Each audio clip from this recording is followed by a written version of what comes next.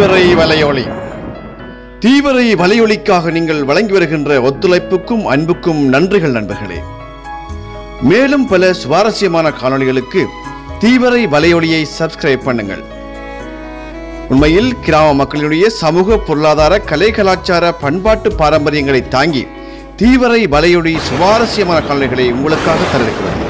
வாருங்கள், காணொளிக்குள் அழைத்துச் செல்கின்றேன். ஆம் நடுவர் அவர்களே, அந்த தாலாட்டு மாத்திரமல்ல, உணவு ஊட்டுவது என்பது இப்போது பெரியோரு பிரச்சனை. தாய்மார்களுக்கு, குழந்தைகளுக்கு நிலாவினை பார்த்து, நிலாவினை காட்டி, அழகான பாடல்களை படித்து உணவு ஊட்டுகின்ற ஒரு காலம் போய் இன்று சந்திரனை தொலைபேசியிலே காட்டி கார்ட்டூனாக, அதுவும் கார்ட்டூனாக காட்டி சாப்பிடுப்பா பிள்ளை குனிந்த குனி உருண்டை உருண்டையாக உள்ளே தள்ளுகின்ற ஒரு நிலைதான் நடுவர் அவர்களே இருக்கின்றது.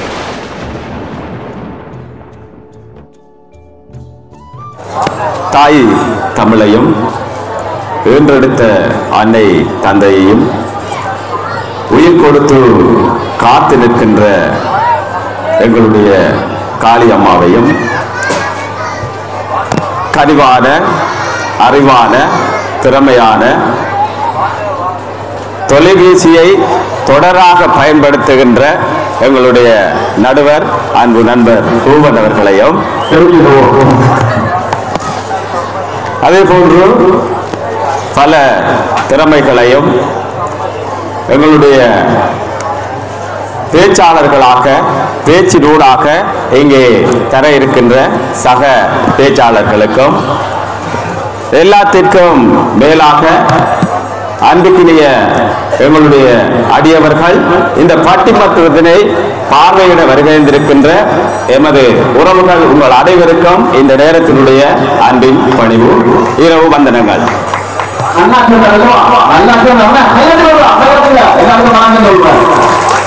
ஆம் நடுவர் அவர்களே, தொலைபேசி இல்லாத வாழ்க்கை தற்பொழுது தொலைந்து போன வாழ்க்கையாகத்தான் நான் பார்க்கின்றேன். இது உங்களுக்கும் புரியும் என நினைக்கின்றேன். ஆம், தொலைபேசி பாவனை, அதாவது ஸ்மார்ட் போன் என்கின்ற விடயத்திலே, ஸ்மார்ட் என்கின்ற போது ஒரு எங்களுடைய அணிகளை நீங்கள் பார்த்தீர்களாக இருந்தால், இன்று அனைவரும் எங்களுடைய நடுவர் கூறியிருந்தார், ஸ்மார்ட்டாக இருக்கிறார்கள், அழகாக இருக்கின்றார்கள், வித்தியாசமாக இருக்கின்றார்கள். இங்கே அதே வித்தியாசத்தை போன்றுதான் இந்த தொலைபேசியும் இந்த நவீன உலகத்திலே மனிதர்களையும் தொழில்நுட்பத்தையும் ஆட்டி படைத்துக் கொண்டிருக்கின்றது என்கின்ற விடயத்திலே நான் தெளிவாக இருக்கின்றேன். எதிரணியினுடைய தலைவர் அவர்களும் இந்த தொலைபேசியினை தொடராக பயன்படுத்துகின்ற ஒரு ஆசிரியர், எடுத்ததற்கெல்லாம் அந்த தொலைபேசியை அவர் பார்ப்பார். ஆகவே அவரும் இதை உணர்வார். என்ன செய்வது? இரண்டு தலைப்புகள் தொலைபேசியை பற்றி அவர் என்று குறை கூறப் போகின்றார்.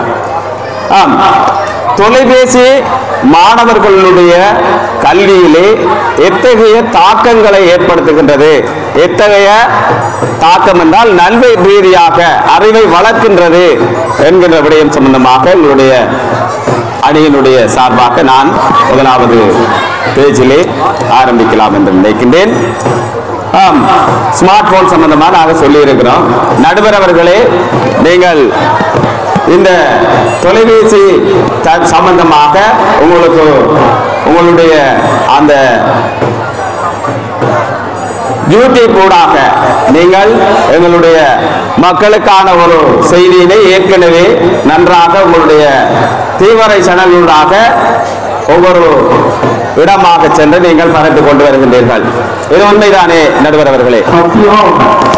ஆம் நடுவர் அவர்களே, அந்த விடயத்தை தொலைபேசியை பயன்படுத்தி சமூகத்தினூடாக பல தகவல்களை, நன்மைகளை கொண்டு சேர்க்கின்றேன் என்று ஆணித்தனமாக கூறியிருக்கின்றார். ஆம், தொலைபேசியில இரண்டு வடிவம் இருக்கின்றது. ஒன்று தொலைபேசி உள்ளக ஈடுகள் என்று சொல்லப்படுகின்ற கார்ட்வேர் சிஸ்டம், அதாவது போனினுடைய அடங்கப்பட்டிருக்கின்ற விடயங்கள்.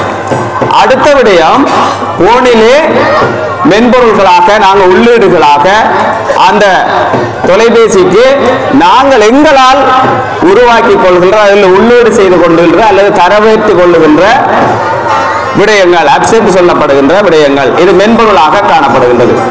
ஆகவே தொலைபேசி பாவனை மாணவர்களுடைய கல்வியிலே எத்தகைய வளர்ச்சி போக்கினை கல்வி ரீதியாக அளித்துக் கொண்டிருக்கின்றது என்பதனை நாங்கள் கருவறையிலிருந்து ஒரு தாயினுடைய கருவறையிலிருந்து அந்த விடயத்தை நான் 3 கட்டங்களாக பார்க்கின்றேன்.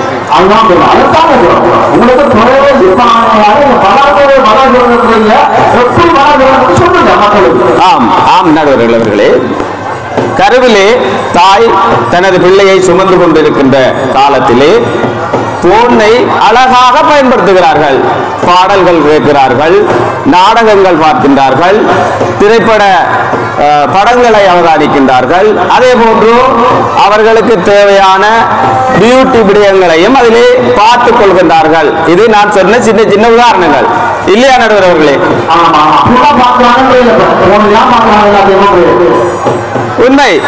ஏனென்றால் இங்கே பல குழந்தைகள் இருக்கின்றார்கள். அந்த தாய் அந்த குழந்தையை பிரசவித்த பின்னர் இப்போது தாலாட்டு பாட தெரியாது. பல அன்னையர்களுக்கு தாய்மார்களுக்கு தாலாட்டு பாட தெரியாது. தாய் தனது குழந்தை அழுகினால் ஒரு நல்ல ஒரு பாட்டை அந்த தொலைபேசியினோடாக இயக்கம் செய்கிறார். கைகளிலே இருக்கின்றது தானே கைபேசி.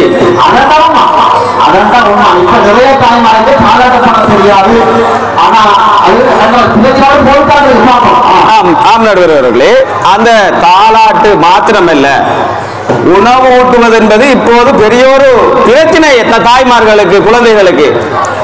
அந்த குழந்தைகளுக்கு எமது காலத்தில், எமதுக்கு முன்னோர் இருந்த காலத்திலே நிலாவினை பார்த்து, நிலாவினை காட்டி, அழகான பாடல்களை படித்து உணவு ஊட்டுகின்ற ஒரு காலம் போய் இன்று சந்திரனை தொலைபேசியிலே காட்டி கார்ட்டூனாக, அதுவும் கார்ட்டூனாக காட்டி சாப்பிடுப்பா பிள்ளை குனிந்த குனி உருண்டை உருண்டையாக உள்ளே தள்ளுகின்ற ஒரு நிலைதான் நடுவரவர்களே இருக்கின்றது. ஆகவே குழந்தையிலே தொலைபேசியினுடைய தேவையை அந்த பிள்ளைக்கு விதைக்கின்றோம்.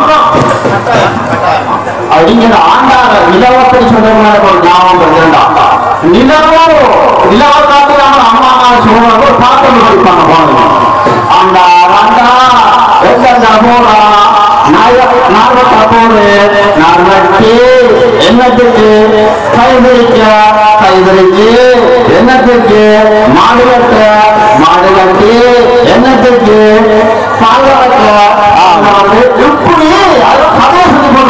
சுவாரஸ்யமான பாடல் நடுவரவர்களே, நன்றி. ஆம், அந்த குழந்தை பருவத்திலிருந்து பாலர் கல்விக்கு நேசரிக்கு அனுப்புகிறோம். எங்களுடைய சூழலிலே பல நேசரிகள் இருக்கிறது.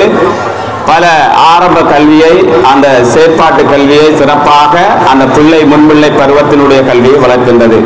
அங்கே நடுவரவர்களே, இவ்வாறான அந்த செயற்பாடுகளுக்கு மிக பிரதானமாக பாவிக்கக்கூடிய ஒரு கருவியாக அல்லது தொழில்நுட்ப சாதனமாக இந்த போனை சில ஆசிரியர்கள் பயன்படுத்துகிறார்கள். உதாரணமாக பாடல்கள், பிள்ளைகளுக்குரிய செயற்பாடுகளுக்குரிய தேவையான போது இந்த தொலைபேசியை அங்கே பயன்படுத்துவதற்கு, தொலைபேசியை எடுத்து காட்டுவதற்கு, இந்த பாடல் இவ்வாறு இருக்கின்றது, இந்த நடனத்தை இவ்வாறு செய்யலாம் என்று காட்டுகின்றார்கள். அங்கே தொலைபேசியினுடைய தேவை உணரப்படுகிறது. அங்கே அதனால் அந்த பிள்ளை தொலைபேசியை கற்றுக்கொள்கிறது, தொலைபேசியினுடைய தேவையை அறிந்து கொள்கின்றது. இதனை தொடர்ந்து நேசரி கல்வி முடிகிறது. பாடசாலைக்குள்ளே மாணவர்கள் செல்கின்றார்கள் ஆரம்ப கல்வியினை பெறுவதற்கு. ஆரம்ப பாடசாலையிலே நீங்கள் கதிரலை பட்டிமன்றத்தின் மற்றுமோர் சிறந்த பேச்சாளர் தான் திரு சிவஞானம் கோணலிங்கம் அவர்கள்.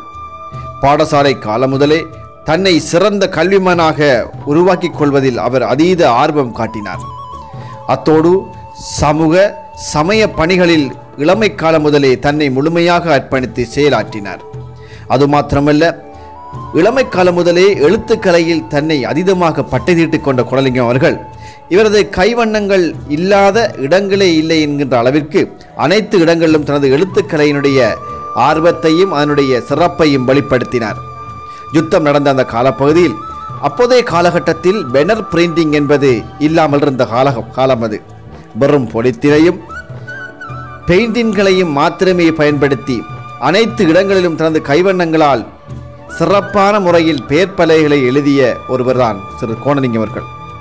கணித பாடத்தில் சிறந்த தேர்ச்சி மிகுந்த இவன் பிரத்யேக கணித பாட ஆசிரியராகவும் இன்று வரை மாணவர்களுக்கான அதீத சேவைகளை செய்கின்றார். அது மாத்திரமல்ல, கோர்லைப்பற்று வடக்கு பாகரை பிரதேச சபையின் முன்னை நாள் கௌரவ தவிசாளராகவும் தனது பணிகளை ஆற்றினார்.